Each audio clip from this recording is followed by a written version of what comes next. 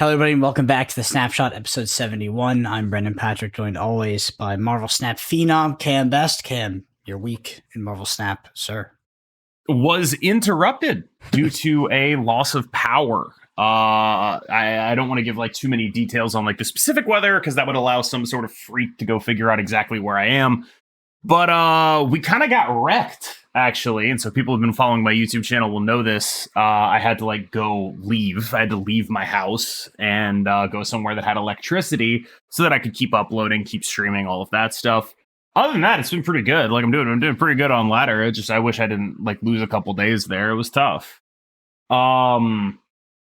The reactions to the leech thing have sort of surprised me. My instinct was, this is kind of genius. I think you guys cooked here. You really did something about that Annihilus stuff, right? But I think ultimately people preferred a silent, less obvious predator in the form of Annihilus Cannonball Profex stuff, and just do not prefer this very obvious bad thing happening to them. Even if it's, I would say, probably significantly lower win rate than that stuff. I would bet right now that Annihilus has a higher win rate than Leech.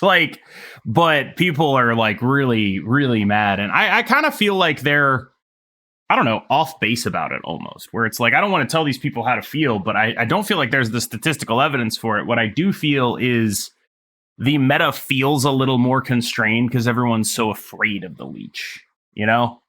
Also, I've been playing some Loki.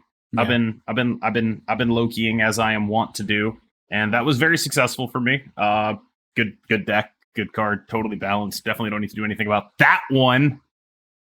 Let me go pull my Loki stats because I'm sure they're just moronic. Yeah, okay, my Loki stats. I'm 20-6. Jeez. Cool. So I mean, that's a totally balanced card, right? That seems like an okay thing. But all seriousness, Loki is a big beneficiary of this because people are afraid to play Hela because of Leech. And so they're playing these fairly heavy mid-range decks, and you just play Quinjet Loki, and it's unlosable. And Loki keeps getting just decent cards as additions, right? I'm playing Nocturne, and I'm playing Red Guardian in there. That's pretty good. One thing I have seen is a rise in Dock and Prey decks, or just we're Dock-ocking and Magicking and stuff. And typically I had no respect for those decks, but I will say that I have more respect for them now due to the fact that there are fewer scams in the metagame. And I'm not saying that there's nothing that interacts with locations, but everything's on a turn delay. Snowguard's on a turn delay. Blink is or Nocturne is on a turn delay. These are cards that are not surprise robbing you of 8 anymore. They are what we've done is we've turned those 8-cube robberies into normal 2-cube losses. Because if you can't beat the stuff, you're just leaving. So you end up in a situation where a deck that previously had a pretty very poor profile, thanks to the prevalence of things like Reality Stone in the metagame, ends up having a much more plausible profile now. And I think that's cool. Obviously, I'm also a fan of the Ultron deck, the one that I've been championing for a while. I'm a big fan of the fact that Claw and Ultron are playable now. I think that they definitely need to go harder on buffing older cards in OTAs because they keep releasing good cards, so it's important to keep things like Ultron and Claw, cards of that nature, competitive. Someone hit rank 1 with a full Series 3 deck for the first time I can actually remember, and it was thanks to the Ultron Claw buff, so good for them. Well, let's talk about those OTAs because they were impactful. So first off here, we have Lady Deathstrike just moved from a 5/7 to a 5/6. It just taught me whenever you want to talk of one particularly impactful. We have Darkhawk 5/4 to 5/3, same text. And then, of course, the card that you mentioned, the Leech, has gone from a 5/3 to a 4/2. Can you talk specifically about why that is so impactful? That's a large cost reduction going from 5 to 4. So you think this card is just leading to maybe a bad play experience? Because Leech has always been that card that is just, it crystallizes the negative play pattern, right? Even when it hasn't been that powerful. Yeah, Leech has been really good before, but with this current text, it's honestly not very good. It's a good card, but mostly because you blink it. Mm-hmm. That's what makes it good, is you convert the Leech into an actual card, right? And Blink is great with that, right? But the card Leech, the actual effect it has, a lot of the time I'll get Leeched with a Loki deck, and it's cool, you turned off my Snowguard. I don't give a shit. There's just a lot of decks where it's just I've been leeched. Oh no, I guess I'm fine, right? It's almost I honestly think that people are too mad at Leech and not mad enough at Blink. Because that card, legit, I think probably sucks and is unplayable if Blink doesn't exist, and Blink is dragging it to the fringes of playability. Like, I think the other thing, though, that Leech is doing is disrupting typical play patterns. Marvel Snap has been built around late game honor reels for a very long time. Whether you go back to like Shang-Chi, you think about decks like Silver Surfer, late game honor reveals, even something like, Blob in the Thanos deck, Magneto, Doctor Doom. Late game honor reveals have been an impactful part of Marvel Snap for a very long time, and we're not used to thinking outside of that paradigm, right? We're very used to being like, oh, this ruins everything I do, because it does. It's almost like a Loki type card. Mm-hmm. Where when Loki came out, it like inverted how you had to build decks and just like put a different pressure on that, right? And Leech is doing the same thing. Like how you build decks, you can't do it like that anymore. You have to take this card into account. You can't just be like, oh, I'm always going to be able to do my shit. And I think that causes like an initial, fit from the player base, right? And whether or not that ends up being a consistent, like if people keep thinking that, or if they adapt by playing something like, what deck doesn't really care about that is like Cerebro. Cerebro 3 is a really high performing deck right now because it's the same thing as Silver Surfer kind of, but it doesn't get hit by Leech, right? And like people like that, right? The whole ongoing deck, right? There's the Ultron one, like, and even if you leech the Ultron, you're still going to lose to like Claw Onslaught stuff. Like there's just kind of a lot of interesting stuff. Like there has never been that kind of stuff in the metagame because it just didn't match up to the power of honor reveals. But now there is. And I think people are so caught up in trying to play the stuff that worked in a pre-Leech metagame that Leech is targeted at that they're just like, oh, everything sucks now. Like, I can't tell basically what I'm getting at is. I can't tell if people hate Leech or the idea of Leech. Mm-hmm.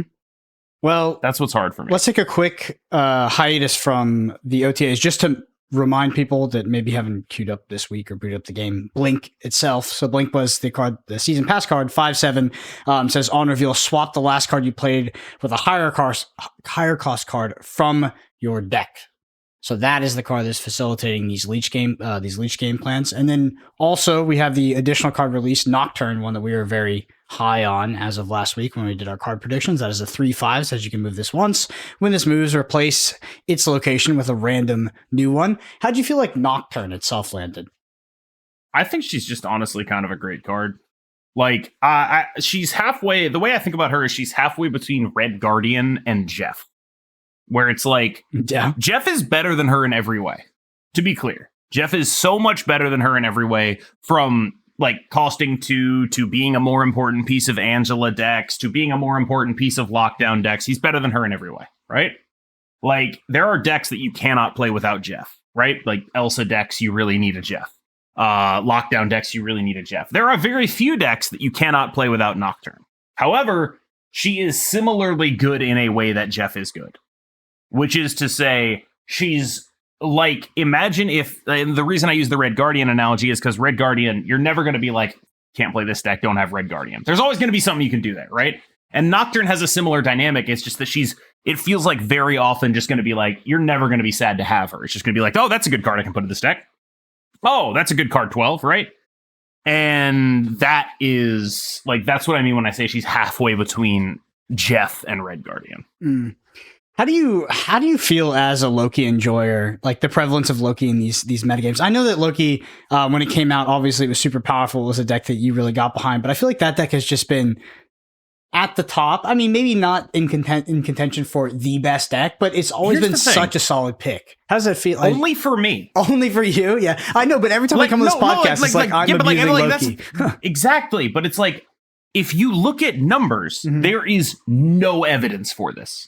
Like, this is, if I had to guess, and like, I know this sounds like sucking myself off. I'm sorry, right? But like, right now, I am ranked in the top 20, I believe. I haven't checked since yesterday. I was 13. Okay. Due to a bunch of stuff I have not checked. Actually, I'm going to go check right now. I can check on the Marvel Snap Infinite leaderboards. Anyway, if it turns out I'm 21 or something, everything I'm saying is invalid. Yeah, it's invalid. I'm 20. I'm exactly 20. So there you go. Not invalid, totally valid. Anyway, I'm like ranked. So of course, like, I'm pretty good at the game, right? Like, and I think one of the things that people mistake about Loki, and I think this is something they get really wrong all the time, is they get Loki'd and they're just like, well, I'm dead, I better leave, right? Mm-hmm. And one of the main constraints on Loki that people don't sort of process is power in each lane relative to board space. This is why stuff like Hela is good against it, stuff like Phoenix Force is good against it. It's not just that it's bad to Loki those decks, it's that Loki is very unlikely to be able to compete with the numbers that they can put out because Loki is using board space on like 3 or 4 1/2s or 2/3s, right? There's just a bunch of small stuff out there. And so it's like, how many points can you actually put in those lanes? It's not as much as you think, unless you're being supplemented by all the dope shit from my, like, I don't know, generic mid-range deck, right? Mm-hmm. By like my Red Hulk on turn 5 or whatever, right? Like, unless you're being supplemented by me, like Loki is very specifically a mid-range killer. That's what he does, right? That is his thing. He has always done that thing. And outside of that, I feel like more than any other deck, any other archetype, any other card in the game, Loki requires you to understand not just what you're doing, but what your opponent is doing, and whether it's beneficial to even play the card. And there's like even more weird stuff. Like, we just went from a meta where Quinjet was, in my view, pretty bad in Loki, to a meta where Quinjet was very good in Loki, right? We are currently in a very good Quinjet meta. And I feel like people just don't really think about stuff like that. They're just like, oh, I'll play Quinjet on 1. But it's like, in previous metagames, there were definitely situations where it's like, no, I'm not going to play this Quinjet on 1 because this is a matchup that I need. I just played this person. This is a matchup where I need to care more about Loki, or like even something on balance where it's like that card could matter more. If I have like a hand that's like Quinjet, nothing that adds cards to my hand, and Loki, a lot of the time I'm just going to be like, I think that card is going to be more valuable converting into a Loki than as a Quinjet. People tunnel vision on Kitty Pryde, people tunnel vision on the Elsa stuff, or they don't tunnel vision on it enough, depending on the matchup. They're putting all their buffs on the Kitty Pryde instead of putting their buffs on other units. Just a million things to get wrong. And so when I come on this thing, I'm like, Loki's really good right now. I strongly suspect that is only true for like, I don't know, 500 people. Like, I see no evidence anywhere that it's true for anyone else. None at all. Zero evidence. Do you think there's any lack of resources available, or is it just an inherently hard deck to pilot? Inherently hard deck to pilot. I can't think of any other deck that is as inherently difficult to pilot, because everything else is repetitive, right? You get reps on it and you get a feel for how the deck plays out. Even decks that are technically complex, once you have them committed to memory, it's going to be the same. But this deck changes depending on what your opponent is playing. It's always going to be just like a little bit harder to figure out not just how to play your opponent's deck, but if you should even invest in that game plan. Like against Cerebro 3. Are you investing in the Loki game plan? Most of the time, the answer is no. Some of the time, your hand sucks so bad that you do anyway, right? Like, and like figuring out that stuff correctly, I think is just like, it's a thing people don't give enough credit for to people like Tanjo, I would say. Or it's just like just consistently doing like just great stuff. Like, there's a reason that Loki one tricks are do really well with Loki, and it's not that Loki is necessarily busted. It's that like they are the ones who have thought through all of this stuff. Yeah. All right. Back to the OTAs. We have Psylocke moving from a 2/1 to a 2/2. Sauron 3/2 to 3/3. Claw 5/4 to again 5/4, but it is instead of +6 power, it is +8 power. And then finally Ultron 6/8, but now it shoots out 1/2s basically. Fills the board with 1/2s. That's a pretty crazy buff for Ultron. It's phenomenal. Card's great right now for sure. I can say nothing bad about Ultron. There are no strings on me. I'm very happy with it. I went to check some win rate stats, and from what I could tell, Leech is pretty high, Blink is pretty high, and Leech is in a bit over half of Blink decks, which does make me sort of feel like maybe Leech's stats are being underrepresented here because it's mostly good in Blink decks. But like Leech's win rate is super high, and like his cube rate is fine. Like it's like +0.1, which is like comparable with like for example, both his win rate and cube rate are lower than Nocturne, right? Or Jeff, things like that, or Red Hulk or whatever, right? But it's like definitely like a tier card. I'm looking at like top 50% on Untapped since the patch right now. Other comps you could make are Angela has a higher win rate in cube rate. Kitty Pride has a higher win rate in cube rate. Hope Summers has a higher win rate in cube rate. One card that I think got really hurt by this, that I don't think people are giving Leech enough credit for making go away. Professor X, now at 51% win rate and a 0.05 cube rate. Cannonball, 52% win rate, but 0.08 cube rate. These are now cards that, again, everyone hated, and they got hit. Mm-hmm. Yeah, absolutely. To summarize your thoughts, WOTA? This is going to be one of my more controversial takes, but WOTA. WOTA. All right. Well, last time, pretty recently, we had Glenn on the podcast. He mentioned they're working on a new Marvel Snap mode. That mode is Leagues. I'm sure. Is that the mode? It has to be the mode, right? I'm assuming that's the mode. No way. Okay, maybe it's not the mode. I have not talked about Leagues publicly, but I will say I think it is absolutely ridiculous. Do you want to talk about Leagues? Yeah. Do you want to explain how Leagues work from your high-level understanding? So my understanding of Leagues is that the goal of Leagues was not everyone can aim for the top of the, like I've talked about this. Yeah. People need small wins. That's a really 1,000%. You hit infinite. Love that. You hit infinite, and it's like there is actually no reason to do this, or you get into some arbitrary number, category, whether it's top 500, top 100, top 20, but anything else doesn't fucking matter. And then what does matter is like very subjective to who you surround yourself with. So it's like, yeah. And it's almost insurmountable, and it's not very, I don't know. It's not very, what would the word be? Motivating. It's not very motivating. So yes, I agree with you there. We've talked about it a lot, and this is a form of a solution to that. It looks like it's intended to be, but like, here's the frustration point for me is they put direct monetization in it, right? So leagues are like a competitor. You and like 30 other people get thrown in a league, and that's all cool. But then the question is, how do we make that fun? And how do we make that monetizable, right? And I have no solutions for how to make it fun because I already have my league, right? I have the ladder. Yeah. I'm one of those people. This is not for me. I have no solutions on that end. I'm not going to pretend like I have solutions on that end. This is a thing for other people. Yep.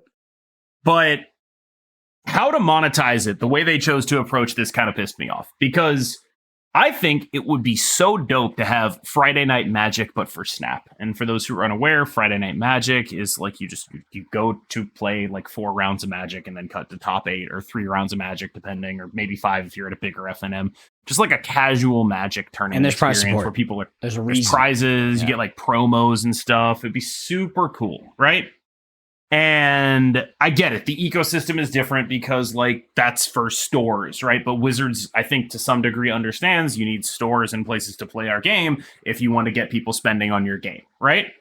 And that's a theory. I don't know if the LGS model and the whole FNM model actually feeds into they are moving a lot towards Amazon. I have noticed. Yeah, that's the theory. You do need places to play Magic the Gathering, right? And I think I've been dancing around it. Also, Brendan, just to you personally, I've been yapping a lot. Feel free to jump in and be like, hey, stop yapping. No, this is content, baby. Okay. Yapping again. All right. So they monetized it by basically you can double the amount you win in your league, or you can make your losses not matter. Mm-hmm. And the way to get both of those things is by spending gold. And to me, that is total fucking horse shit. Like I tend to, I've had a bad day. I'm just going to preface this with that. I've had a bad day. I've had a bad week. I'm probably going to be a little harsher on this than it deserves to be. But turning what should be Snap FNM into money spending simulator is terrible. It's a terrible idea. I get why there is pressure to monetize all the modes you have. But this should be a mode that, and I get maybe, again, like maybe it's just not profitable to do modes, right? Like maybe all the people who are asking for modes are just pissed that they don't love the game anymore and want something to like make them feel like they used to. For a small period of time, right? Before they go back to not liking the game. Before they go back to being pissed at everything. Maybe they're unreachable. I don't know. But I can tell you the number one thing you shouldn't do with this kind of thing. Mm-hmm. And it is make it explicitly pay to win. But that's a PR thing. So yes, it's very easy to look at this and go, That doesn't seem right for a card game. And usually I would definitely be on the same side as KM here, but I'll play a little devil's advocate. I'll try to.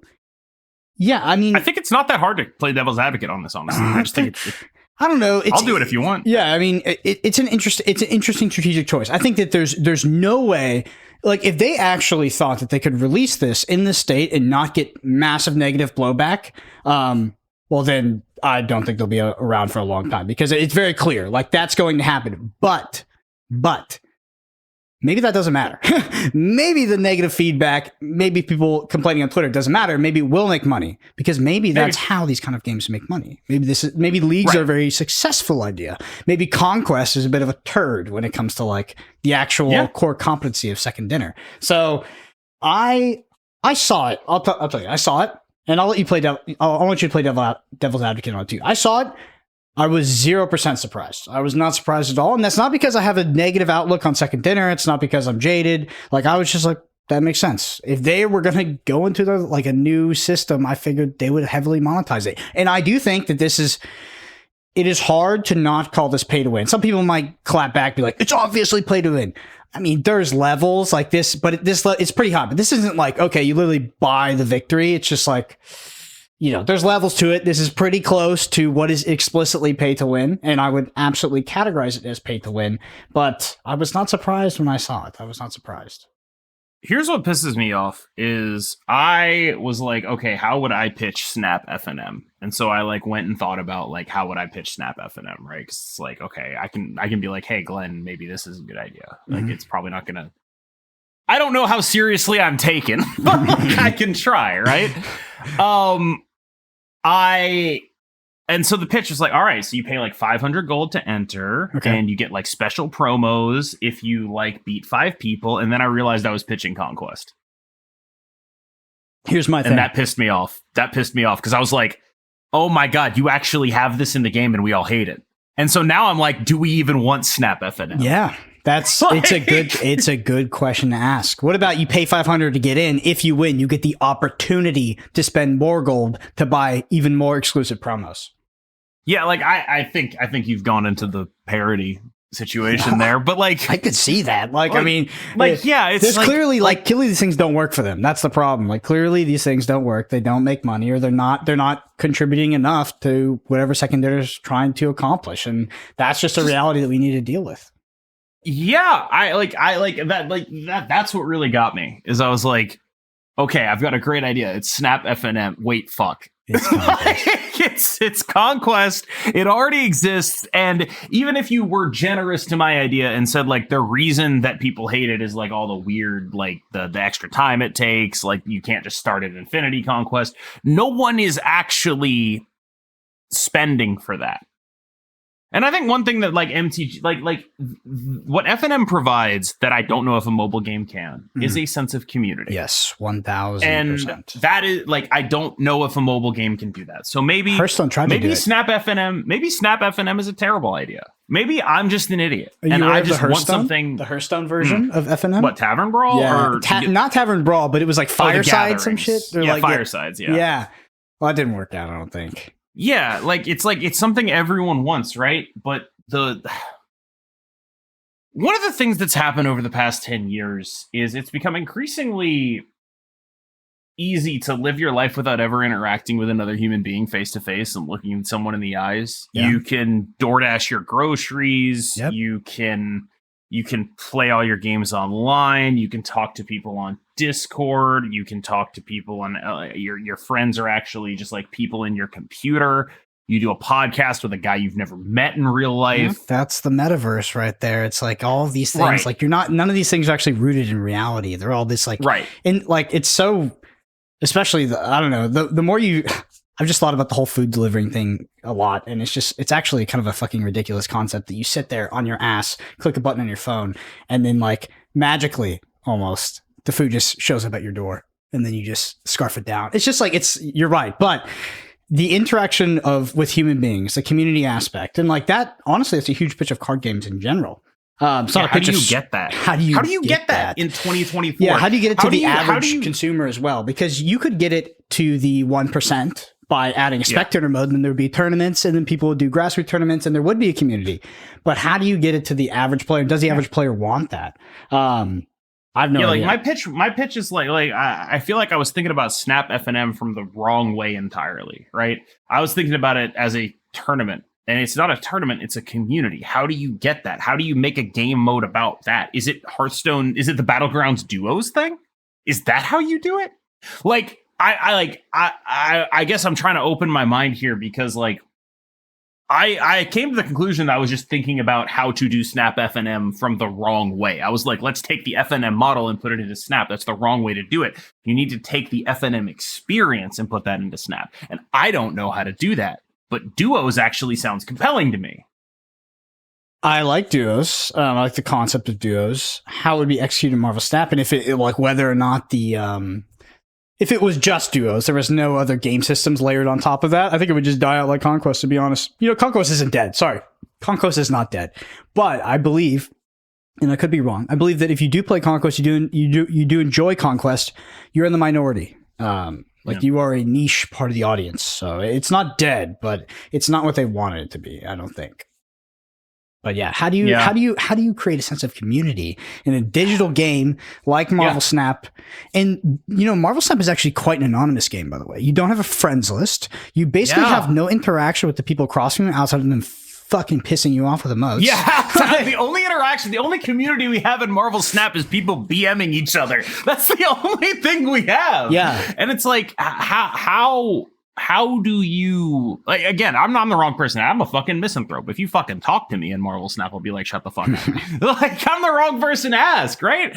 But like, someone has to be thinking about that the right way, I feel like. And like, I like to do it in this way where it's like this, well, okay, here's how leagues work. We like randomly pick 30 people and we throw they're from like your MMR and playtime bracket. We throw them all together and they're now your friends. And it's like, that's not how this works. And then it's like, oh yeah, well, also you can pay gold to win. And it's like the point of FNM, like the community, is that it builds desire for your product from the ground up. Theoretically. Then again, maybe that model just doesn't fucking work. I don't know. But like, one of the things that like really big games can do is monetize off of like, you know, a teenager being like, check out this shit I got that like their friends don't have. Right. Yeah. I think so.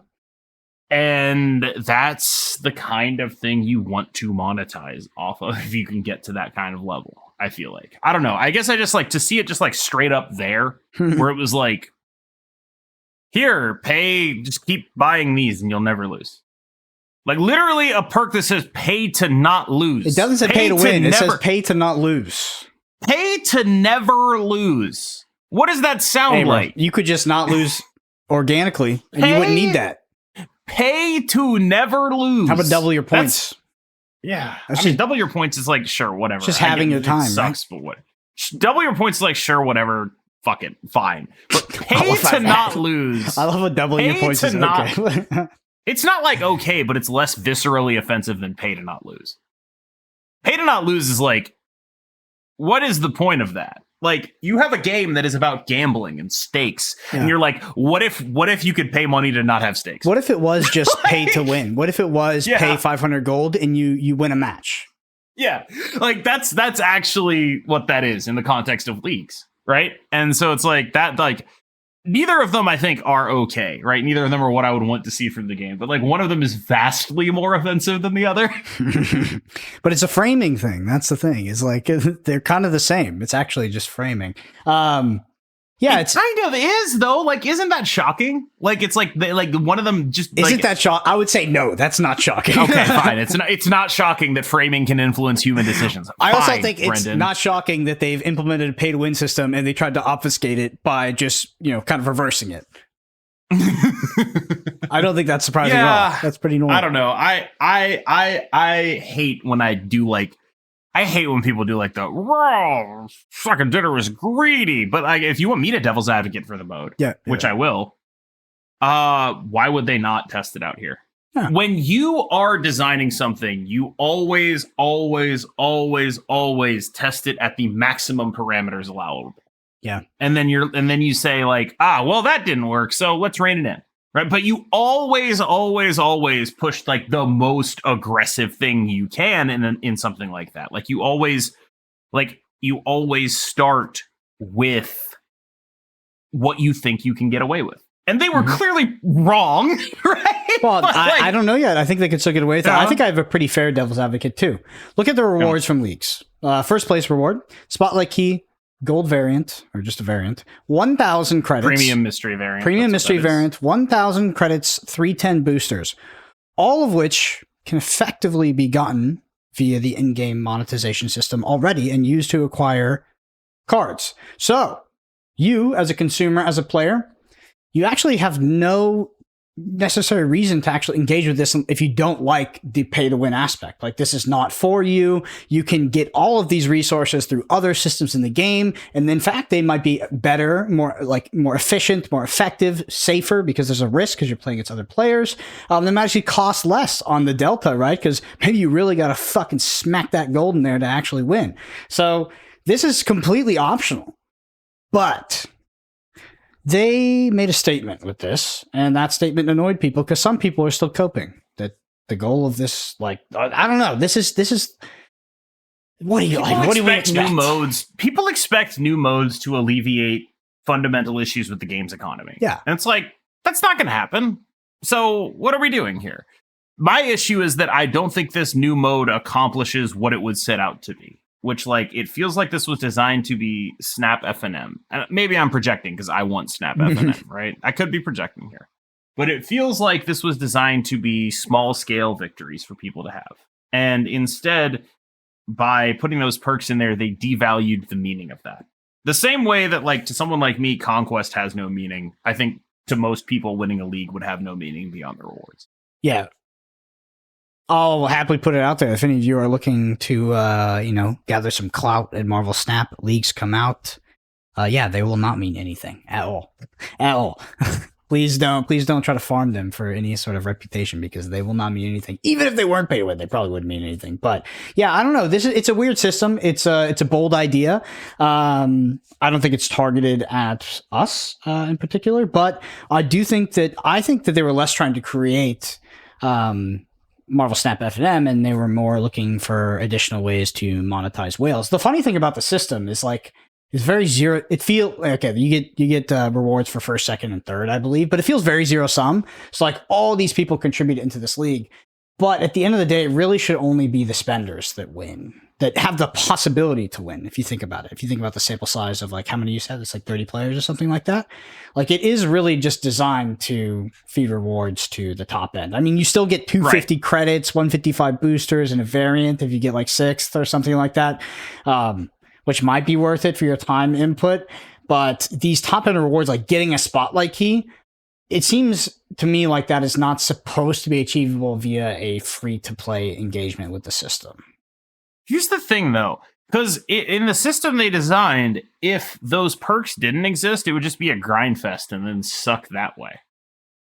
Yeah, but then it would also be. So how do you make it not? So it would suck, but it'd be fair, and I think card gamers care about fair. I think they care about fair. Right? No, sure, but like if you took the perks out, it would be a shitty mode to release. So that's the other devil's advocate argument for me is like if you took the perks out, this is just whoever plays the most. I think a lot of people would argue that ladder is also a grind fest, but with no rewards. So at least it has rewards. You know? Sure. I mean, like, but yeah, like, is that like, here's the other thing with leagues is what if it was like, do you remember Cube Rush? No.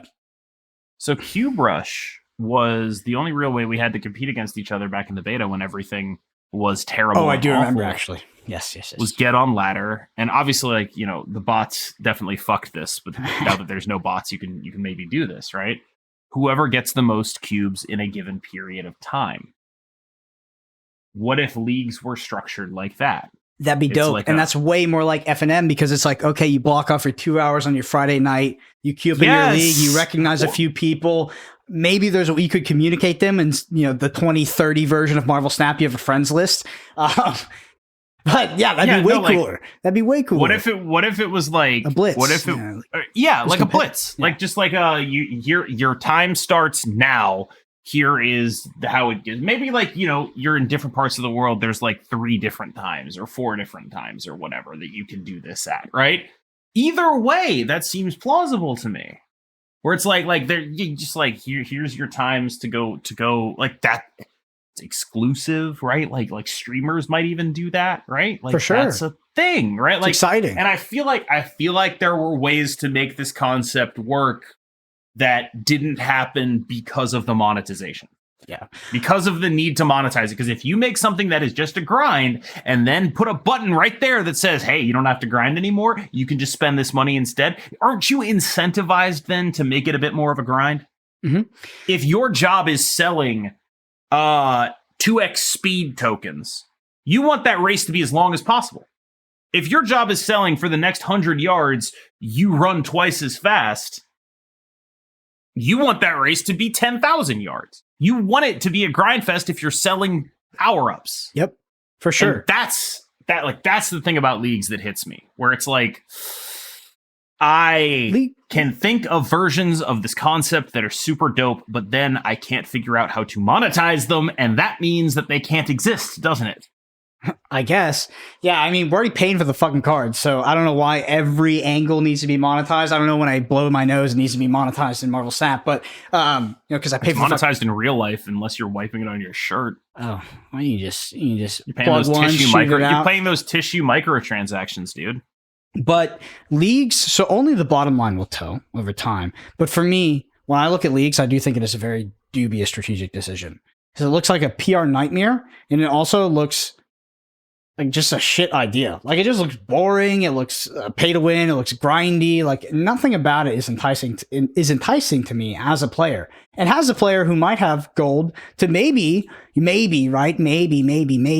the fucking one spotlight key. Just like, no way I'm engaging with the system. It just looks so bad from so many different angles. It's not even coming from me hating the pay to win aspect. Like, let's say I was okay with pay to win. Still wouldn't play it. Still looks really boring.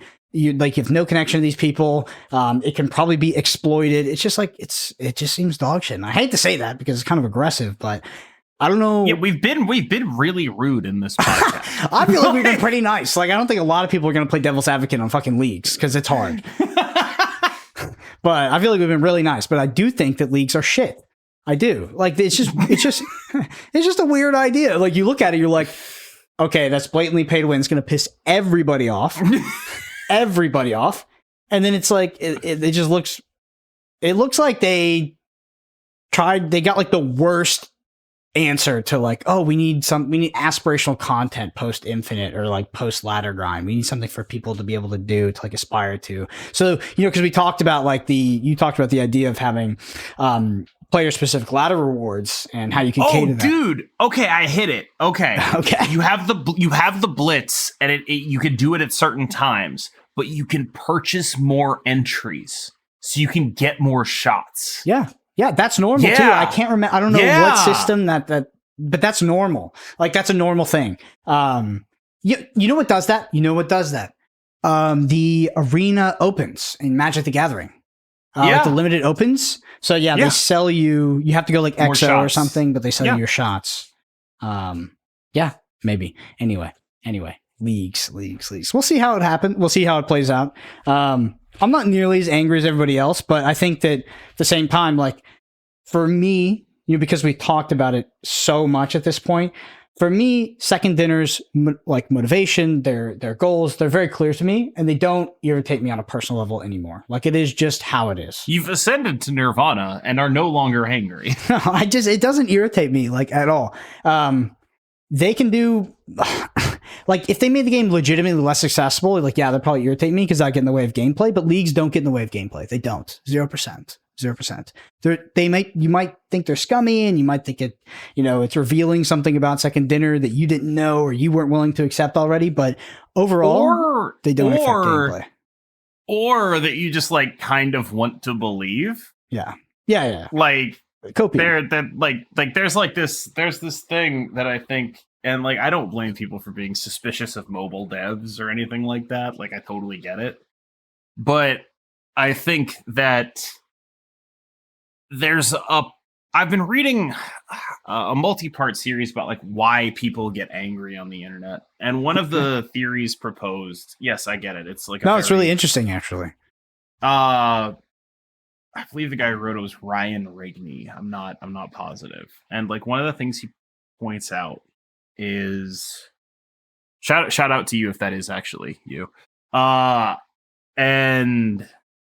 one of the things he points out is that it's never anger for no reason. It's always anger coming from a righteous place, a feeling of that someone maybe has unjustly earned a position, or that a company has unjustly earned praise, or that by being a huge shitbag on the internet, you are actually doing the right thing. You are providing a corrective force. Yeah, I saw someone describe it as the moral aristocracy of online.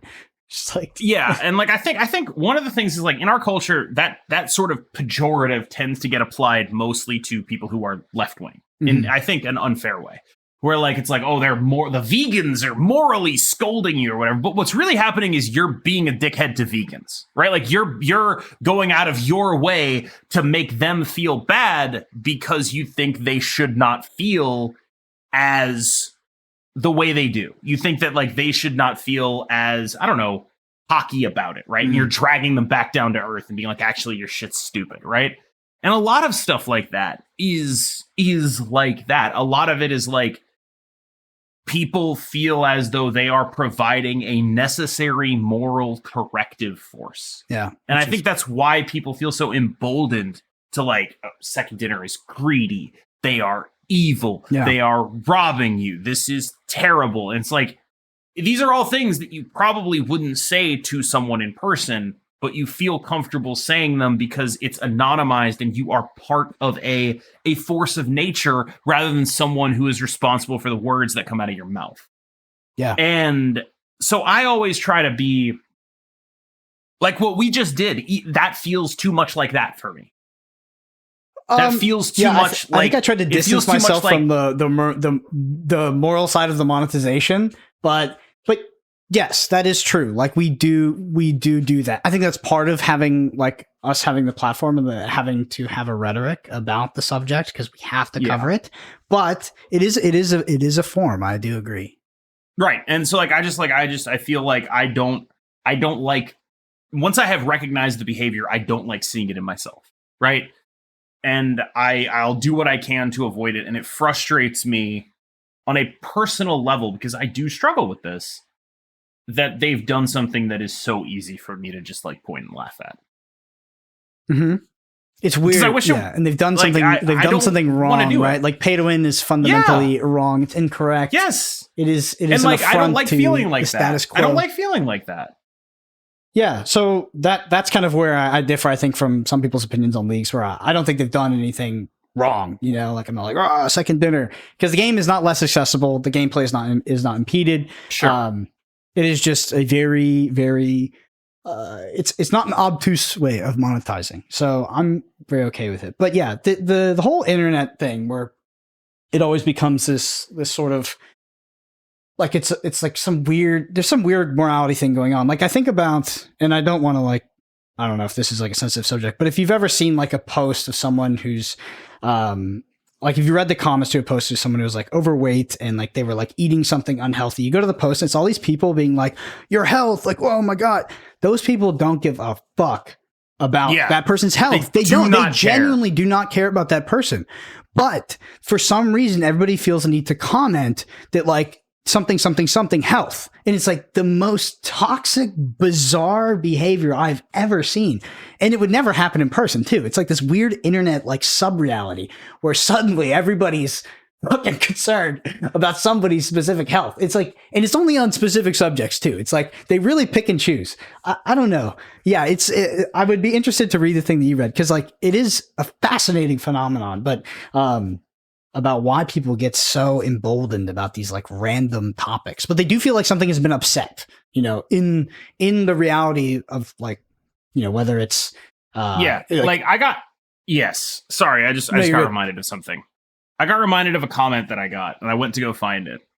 and it was I hate Leech and I hate this meta. Your experience in top infinite doesn't apply to the majority of players. And it's like, yeah, I know. That's why it's my name on the channel and not the majority of Marvel Snap players, right? Like, what the fuck else do you want me to talk about? Yeah. Right? And it's just like, that's just like this is one of those cases where it's like what they feel is justified in critiquing me on that basis, right? Because like I am a brand. Mm-hmm. I am someone who is speaking on a subject that maybe they feel I'm not saying what they want, right? Like I am worthy of critique and worthy of being dragged down. I am worthy, like, that is just like such a, it's like just a basic observation. Like, yeah, on the Cam Best YouTube channel, you get what Cam Best thinks.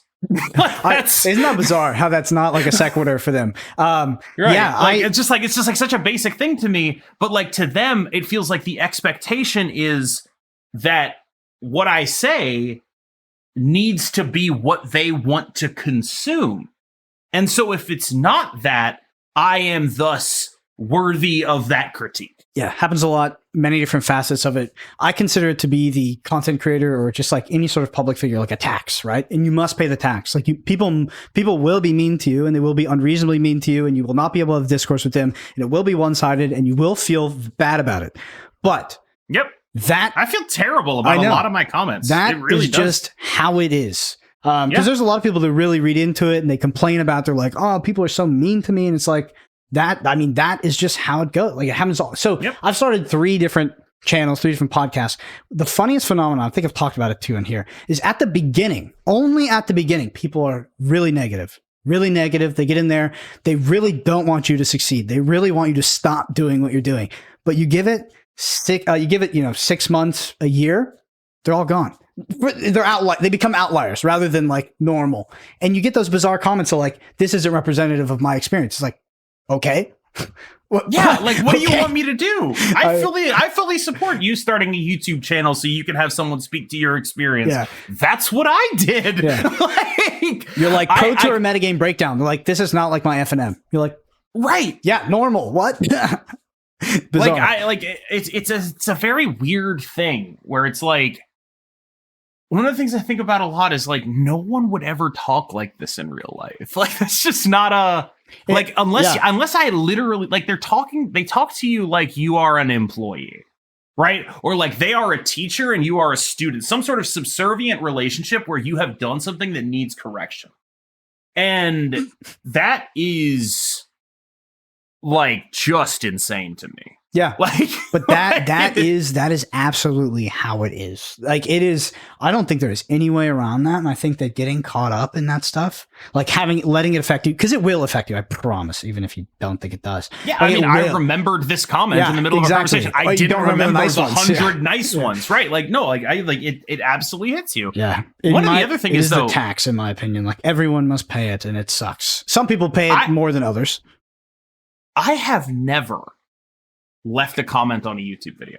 Have you ever, how many bad reviews have you left?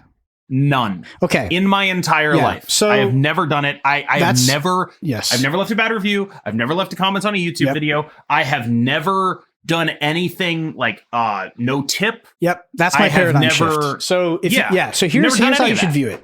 In my opinion, and this is a narcissistic and almost egotistical way of approaching the subject, but you need to have some sort of resilience against what is, in my opinion, a nonsensical and non-logical way of interacting, because you're interacting on the internet and it is one-sided. But the way that I approach it, and I understand that it might not be appropriate, is I think about how many times have I left a bad review? How many times have I gone out of my way, taken my time and energy to actually try to impact someone in a negative way? I can't even think of a time, because my time and my energy is legitimately more important to me at that time than doing something like that, because it doesn't benefit anyone. It can only give me like a sense of vindication, which is petty, and it's almost inherently wrong, right? So what the reverse of that is, you have to think that if someone is doing that to you, why would you take someone seriously who is doing that? No, you don't need to take them seriously. It's like they've got some things to figure out, and that's on them. So it's like whatever they want to do to try to bring you down, you just have to ignore it, because I promise you, if they're taking their time to do this to try to bring you down, they're not in a good spot. Like you cannot be in a good spot to do that. Like it's unusual to go on. Like I understand you give critical feedback and then people improve. But I promise on YouTube, sometimes there is just straight up negativity. And those people, they're just not, in my opinion, they're just not in a good spot. And you just have to let them go by. You just have to let them do their thing. And that behavior will not lead to happiness, period. Yeah. I'm thinking about like, you know, like I actually like, even if like my order is wrong or whatever, I never complain about it because like I've had bad days at work too. Yeah. Right? Like, well, it's just like I would never what's okay. The people that complaining is different, right? Complaining is different because like, okay, no, so like, let's say you complain and they fixed it and you got it. But like post experience, write a review. The only thing you can do is you're like, I want vindication. I want to get my revenge. Like, that's unusual because you are taking a minus EV play on your time, energy, and happiness to try to also bring somebody else down. Not saying it's never correct. You know, some people probably deserve bad reviews. You can help other people from not experiencing the same thing. But it takes a lot. And for some people, it doesn't. Like it doesn't take a lot. I'll tell you it has to be actual malice. Yes, I think would be like that would it be have to be? Because like if you like I don't know if I DoorDash some shit and you like bring me the wrong food, I don't really give a fuck. I'm gonna go get my refund or whatever. Exactly. But I'm not gonna be like, oh, this person, I need to rate them like no stars or whatever the fuck. I'm just like that's just not real. Yeah, because it doesn't. And so matter. It's like. It doesn't matter. Like, oh yeah, I'll eat the wrong food. I don't give a shit. That's actually probably plus EV for me because I'm getting a refund anyway. That's fucking free food. Why would I go out of my way to make your life shittier? Yeah, please spit in my food. No. Well, here's a question. The rest of your life, you eat for free, but someone spits in it every time. Yes or no? Yes. Interesting. I don't know what I would choose, but like it's interesting. Depends what kind of spit it is. I think there's levels. I think there are two ways to do this. One is there's spit in it. Okay. The other is someone stands over you and you have to watch it. Would that change? Would that gradation change honestly, anything? It wouldn't change that much. A little bit. But what really changes is like if it, there's some that comes from the mouth. But there's also the one that comes from like the loins. Not a loogie. Your grandma. No, there's no mucus in it. Yeah, there's no mucus in it per se. You can hear it from like the two houses down, just like getting generated. No, there's no like glottal stop type stuff. No in there. You gotta. Yeah. Why not? Why not? That's plus EV. I mean, there's health you heard implications. It here first. Getting your food spit in is plus EV. I just think we have to look at it objectively. All right, let's talk about some good question mark news. Series drops. So we got Series 4 to Series 5. That is going to be Jean Grey, Living Tribunal, Hercules, Selene, Gladiator, Nebula, Silk. Series 4 to Series 3, Martyr, Silver Samurai, Howard the Duck, Mirage, Echo. I want to talk about like the discourse that spreaded out of this before I talk about this, which is like people are like, why haven't Null and Darkhawk dropped? And I don't know if they could put do they need a fucking neon sign on this for you guys? They're not dropping Null and Darkhawk because they're good. Like, what? Oh, is Jeff just permanently Series 5? Fucking yes. Like, what are you talking about? Like, there is no reason for them to drop those cards because people fucking buy them. Yep. What you like we need to fucking dispense. What is this? I'm quoting Marco Rubio. We need to dispense with the notion that they do not know what they're doing. They know exactly what they're doing. They're not fucking stupid over there. Like this is just like you people look at that and be like, why aren't there? Oh, it's been so long. And then they try to they bring up the number of like how many days Null and Darkhawk have been in Series 4 as if they're like trying to shame them into doing it. Like, guys. Yeah, which girls, you could maybe do. Non-binary pals. Yeah, you could maybe shame them into doing it if enough people did it. But let's be real. I think a lot of the tension in any discourse between whether it be two individuals, an entity and an individual, is they are fundamentally incongruent, right? Like these people think that Second Dinner is motivated by what? Like they want their most powerful cards to go down. They want people to be able to acquire them in better ways. Like they don't. Period. They don't. Yeah, they don't. They don't want you to spend. Yeah. If they have something that they are currently charging you money for, why the fuck would they give it to you for free? Well, the answer to that would be that okay, we facilitate their ecosystem as the customers, and we generate some amount of like good karma or like good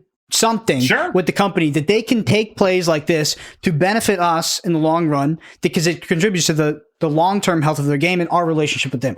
But that's neither here nor there. That's all wishy-washy bullshit. I'll tell you what does work is I know people are buying it right now, so it's not coming down. It's not. And the thing is like, honestly, it kind of goes back to what you said earlier. It's like everybody makes it out to be a moral thing, and sure, there's probably a little bit of an argument there, but that's not what's going on here. It's like they want to make money, and they're a company that needs to make money. They raised a fuckload of money.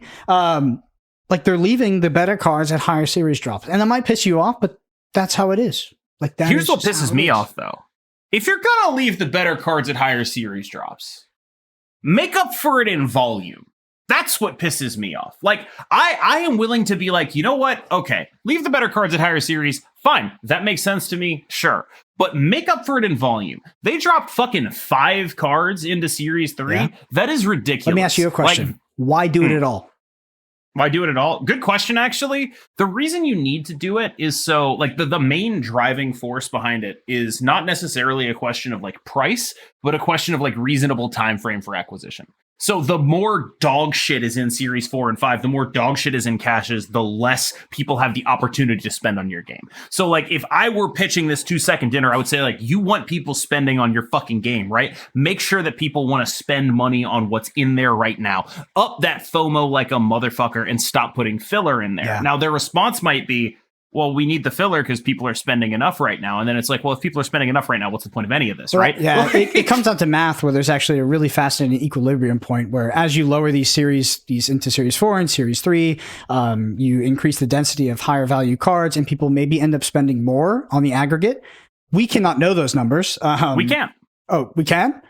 No, I said we can't. We cannot. Yeah, we cannot know those numbers, unfortunately. Yeah, we can. Let me just call up my bestie, Glenn Jones. It wouldn't be Glenn. He would not know. I don't even know if he knows those numbers. I do not think he would know. It is the machinations of the monetization team. I'll call Ben. It'll be fine. Ben probably does know. Ben might know. I have no idea. Yeah. So, I mean, it's actually a really. I think if you take yourself out of the situation as someone who's getting fucked by the system, it's actually really interesting what's going on, where they lower these cards and they keep the better cards. That's just a really funny way to phrase it. It's true, though. If you take yourself out of the situation as someone being fucked by the situation, just imagine it's not happening. Yeah, just imagine it's not happening to you in particular because it's making you angry. I wonder if it is like just a bet. It makes more money. Like that's the thing. Is like I think when I propose something like this, I'm taking it like as gospel.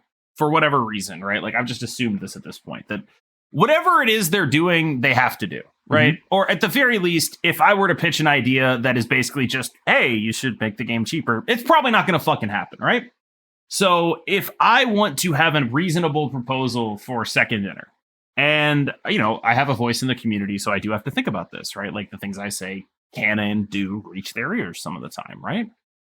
So the fact that I have to consider that means I have to sort of start from a position of assuming this is inevitable, right? Like whatever strictures that I recognize as locked in, I just assume they're locked in, right? Mm-hmm. Good cards stay in Series 5. Fine, sure. But if you're gonna do that, and I did a whole video about this, if you're gonna do that, there's so many bad cards in there that are hurting the experience of this system. The experience of the system of waiting 5 months after you miss something while you're sitting there with the money, waiting to give them the fucking money. You have the money, you're like, take my money, and they're like, no. Right? Like, that's... Yeah, I mean, I've talked about what my optimal monetization system looks like, where I just go buy the card straight up, but that's not going to happen. Right. But, like, but who the fuck is opening a cache with Celine in it? Get it out of here. Nobody is opening for that card. It's gone, right? Like, and that card dropped from Series 5 to 4. They also need to be more aggressive about just putting shit that sucks straight into Series 3. Stop doing this like Series 5 to 4 crap. Stop doing that. Just Celine? I again, maybe there's a reason I'm missing, right? I don't know. Maybe there is. Like, maybe there's like some back end thing, like they want each card to spend some amount of time in each series so they can collect data on the card, and that's like necessary for some reason, right? Mm-hmm. But assuming that's not necessary, and like again, maybe it is, maybe that's why they made the decision, maybe they're like, I wish we could have done this, but we can't, right? I don't know. But I wish they could have put Celine into like Series 3. That's just kind of a ridiculous card to be in Series 4. That's kind of ass. It's honestly kind of a ridiculous card, full stop. Yeah, I mean, I think that's one of the hardest things about these series drops is that now some of these people have to actually accept that Howard the Duck is a shit card. Now you have undeniable evidence. It has come from the people who have access to the data. The card sucks. I think people hopped off that train, but the people were definitely on that train at one point. I think that the other thing that really sort of goes unaddressed in this is that Series 3 keeps expanding. And while that is sort of buttressed by the fact that the cash system is insanely generous, people are going to get mad at me for this one. It is. But if you're like going from Series 3 like into the new metagame, the cash system is insanely generous because you're actually just getting fucking 4 new cards. Like, you're actually just straight up every week is 4 new cards. If you have no Series 4 and 5, every cash is straight up just 4 new cards. And that is bonkers. Like, that is so damn good if you are early on in this. It's just like, that is an unbelievable thing to have. But what ends up being a bottleneck, it's like the rare mythic wildcards thing and talked about in Magic Arena. What ends up being a bottleneck is you have to go to like CL 4000 before you finish Series 3. And as Series 3 gets bigger, it's like, oh, that number just gets higher and higher. And it's like, you have like what'll end up happening is like, you'll have like fucking 15 Series 4 and 5 cards, and you'll be like maybe halfway through Series 3. And it's like, what can you do with that? That's another problem they haven't solved. No, yeah, and that's a compounding problem as well. So, I mean, it's only getting worse, right? We've talked about that a lot. This is a problem we started talking about, like, I feel like a few months into the game. We're like, wait, what happens if they keep releasing cards? How do you ever catch up? And it's like, you're right about one thing, and I know we've talked about it a lot. Only one. About one thing in particular. One thing ever. The monetization system, the card acquisition system, Marvel Snap, and this is why their current system is their biggest failure, is it's actually extremely generous. If you do all the missions, like, you will actually be series complete. The problem, it's legitimately super generous, and it's just gated on time. Yep, it's gated on time. Also, the system just makes you feel like you're losing a lot because of the gambling. So I think they took a massive L there because, like, for instance, we had something coming in the Bend and Snap from Crash to Bandicoot. Said, regarding the economy, I've spent $38 total since global release, and I'm missing 11 cards total, 4 of which I actually want. And I've had atrocious spotlight luck over 14 weeks, and I'm 10.5 keys used above average. I just used my gold on high currency value gold bundles. I struggle to understand how people think this acquisition system is worse than the old system. The one thing about the acquisition system, just overall, is that you do need to play the game. Every single week you need to do your missions. I think a lot of people that complain don't play the game, actually. That is probably true. But like, there's this other thing that happens, though. It's like, you need to play the game, do your missions, all that. Sure. But I think a lot of the people that complain are people coming from another card game that are like, why can I not spend $200 on a fucking deck? Hell yeah. That's how I felt. And Marvel Snap does not facilitate that at all. Unique connections. And so, like, that is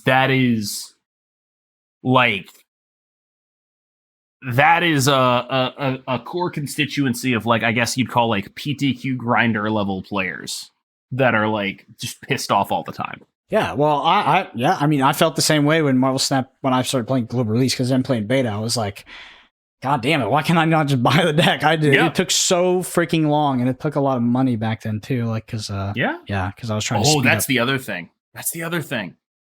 Marvel Snap makes you feel fucking stupid for spending money. Yep. I mean, because Dara said that so many. He's like, spending money makes me feel like an idiot in this game. You just feel dumb getting what you're getting. Yeah. Unless you're getting the season pass, which is the best deal of all time ever. Like, goated, the best thing ever. Oh, yeah. You feel like an idiot. And I think the other thing that happens there is, like, there are these people who are like, I want to spend $200 on this game. Or it's like, I just want to play this game right fucking now, not in 3 months. Like, yes. Yeah. Like, it's either people who don't want to spend the time or are willing to spend a lot of money, but not that much money to do it right now. Yeah. Like, that's the specific thing. Is like, there's people out there who are like, I would spend $200 on this shit, but I won't spend $200 and 3 months. That's the issue. Yeah, that's mobile gaming right there. The time gating stuff is like, it's actually so frustrating. I can't even imagine, like, if Snap blew up as like the top competitive game that like came out of the big circuit and stuff. Can you imagine being like a high level player be like, I'm going to get into Snap? It's like, okay. like you could obviously build decks maybe a little faster, but it's just like so long of just trying to acquire those cards. Like it is legitimately a process you got to kind of do in the background. Interesting system. All right, we went a little long, so I did pull one question from the Ben and Snap. So our listener question section. We pull one last one. If you want to get a question read out on next week's podcast, you can just a comment on YouTube. We'll get it queued up. This is from Zegrim. Ben and Snap. Do you think the quadrant theory for evaluating cards has merit for Marvel Snap? That is evaluating how good a card is based on game state. So developing game state when you're at parity, or you're winning, or you're losing. Have you heard about this theory? That? So no. The quadrant theory for evaluating cards doesn't have merit in Marvel Snap. So you evaluate a card, like how good a card is based on when you're sort of developing your board, when you're at parity on board, when you're winning on board, and when you're losing on board. I have never heard of that at all. Yeah, but it's really interesting because let me just quickly give an example of why it's helpful sometimes. So maybe in a card in a game it's not Marvel Snap, you have a card that the ceiling of the card is like fucking insane. So it's like if I hit this with these two other cards, like I will win the game. But you don't evaluate the card in any other scenario where you draw it by yourself, where you're already losing on board. Yeah, it's like so many reasons that the card is actually not good, even though it can win the game technically. Okay, so my pitch would be it's never bad to add more context to how you evaluate it. But what you've done here with this heuristic, it is better than just, like picking one of those and going with it. Sure. But what you've done here with this heuristic is given more context, but probably not enough context. How do you evaluate cards in Marvel Snap? How do you personally evaluate them? I tend to think about how and when they would be useful. And then I think about how and when that would be applicable to what is happening now. Yeah. I can't really go beyond that because then it's just predicting the future. You also look at raw numbers, right? We know vanilla stat lines.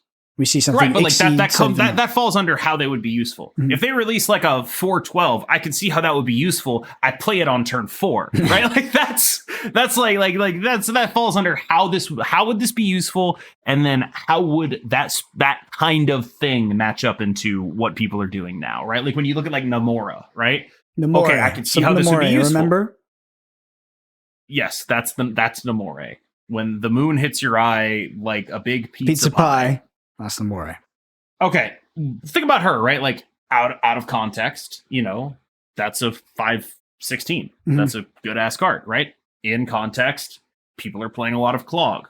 Maybe that's not a thing you want to rely on, right? So that will impact how I review Namora, where it's like, in a world where no one is doing anything that interrupts you, that's a dope ass thing to do. That's some big ass numbers. That's like a really interesting card.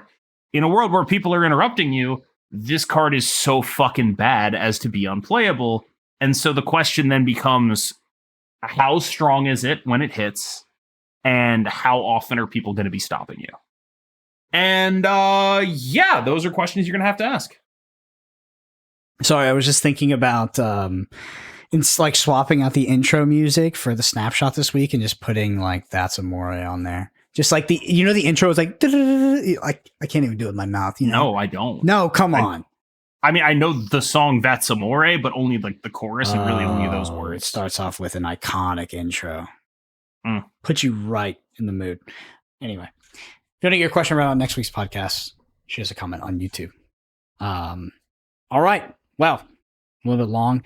If leagues piss you off, let us know in the YouTube comments. I'd love to hear why. I'm pretty sure we know why. Tell me why it pisses you off in particular. I want to know why it makes you angry. This is some next level engagement farming here. I really appreciate what you're doing. All right. And if you enjoy this podcast, something you can do is leave us a review on Apple Podcasts or Spotify. There's a video version of this on YouTube at youtube.com/@the_snapshot. Hit the subscribe while you're there.